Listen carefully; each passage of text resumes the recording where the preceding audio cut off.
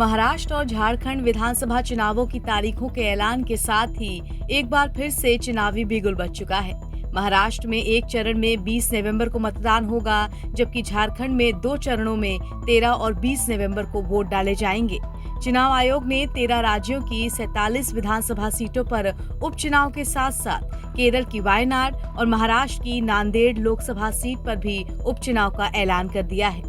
विधानसभा सीटों पर होने वाले उपचुनाव और वायनाड लोकसभा सीट पर होने वाले उपचुनाव के लिए 13 नवंबर को वोटिंग होगी, जबकि नतीजे 23 नवंबर को आएंगे। इस बीच कांग्रेस ने उपचुनाव के लिए अपने 3 प्रत्याशियों के नामों का भी ऐलान कर दिया है। पार्टी ने केरल की वायनाड लोकसभा सीट से प्रियंका गांधी को उम्मीदवार बनाया है। इसके साथ ही प्रियंका गांधी पहली बार चुनावी मैदान में होंगी। इसके साथ ही 2 विधान सीटों पर होने वाले उपचुनाव के लिए कांग्रेस ने अपने उम्मीदवारों का ऐलान किया है। पार्टी ने फलक्कर से राहुल मोमुकोतिहुल और साथ ही चेलकारा से राम्या हरिदास को चुनावी मैदान में उतारा है। Wayanad Priyanka Gandhi ji will win with a record majority. This is the ground reality. This is what going to happen also. And the states, there are Assembly election also, both the by-elections we will win. Assembly by-election also we will win. We will have a comfortable position.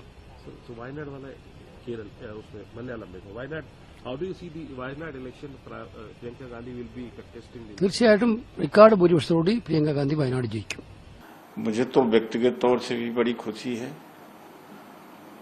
कि प्रियंका जी संसद में गरीबों, दलितों, पिछड़ों, आदिवासियों की आवाज उठाने पहुंच रही हैं और रिकॉर्ड मार्जिन से जीतेंगे। मैं अग्रिम में शुभकामनाएं उनको देता हूं और पूरे कांग्रेस के अंदर खुशी की लहर है कि प्रियंका जी संसद में प्रवेश करने जा रही हैं और वायनाड से बहुत भारी वोटों से जीत के आएंगी। वहां की जनता भी स्वागत करने के लिए तैयार है, तो ये बड़ी हर्ष की बात है। आपको बता दें कि वायनाड लोकसभा सीट से राहुल गांधी ने 2019 में पहली बार और 2024 में लगातार दूसरी बार चुनाव जीता था। कांग्रेस ने जून में ही प्रियंका गांधी के वायनाड से चुनाव लड़ने की घोषणा कर दी थी, जब उनके भाई राहुल गांधी ने यूपी में पारिवारिक सीट रायबरेली को बरकरार रखने के लिए ये सीट खाली कर दी थी। दरअसल प्रियंका गांधी भले ही कभी चुनाव नहीं लड़ी हों, लेकिन वो राजनीति में काफी पहले से सक्रिय हैं। दरअसल प्रियंका गांधी ने 1999 में राजनीति में एंट्री ली थी, जब वो अपनी मां सोनिया गांधी के लिए चुनाव प्रचार करने उतरी थी। इस दौरान उन्होंने पहली बार राजनीतिक मंच से बीजेपी उम्मीदवार अरुण नेहरू के खिलाफ प्रचार किया था। लेकिन इन 25 सालों में ऐसा कभी नहीं हुआ जब प्रियंका गांधी ने चुनाव लड़ा हो। हालांकि उनके चुनाव लड़ने की कई बार चर्चा भी हुई।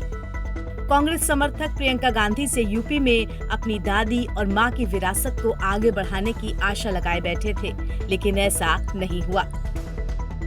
लेकिन राहुल गांधी के वायनाड सीट खाली करने के बाद प्रियंका ने चुनाव लड़ने का मन बना लिया और फाइनली अब वो वायनाड सीट से चुनावी मैदान में कूद चुकी हैं। प्रियंका गांधी वायनाड से चुनाव लड़ने के लिए तैयार हुई हैं। बात इतनी भर ही नहीं है। दरअसल कांग्रेस दक्षिण भारत, खासतौर से केरल में अपनी पैठ बढ़ाना चाहती है। कांग्रेस इस वक्त कर्नाटक और तेलंगाना में सत्ता में है और अपनी सहयोगी डीएमके के साथ तमिलनाडु की सत्ता पर भी काबिज है। तो इस तरह से उत्तर भारत जहां बीजेपी का गढ़ माना जाता है, वहीं कांग्रेस दक्षिण भारत में जीत हासिल करके वहां अपने पैर जमाने की कोशिश कर रही है। अगर प्रियंका गांधी वायनाड से जीत जाती हैं, तो ऐसा पहली बार होगा जब गांधी परिवार के 3 सदस्य एक साथ सांसद होंगे। राहुल गांधी और प्रियंका गांधी लोकसभा में, जबकि मां सोनिया गांधी राज्यसभा में नजर आएंगी।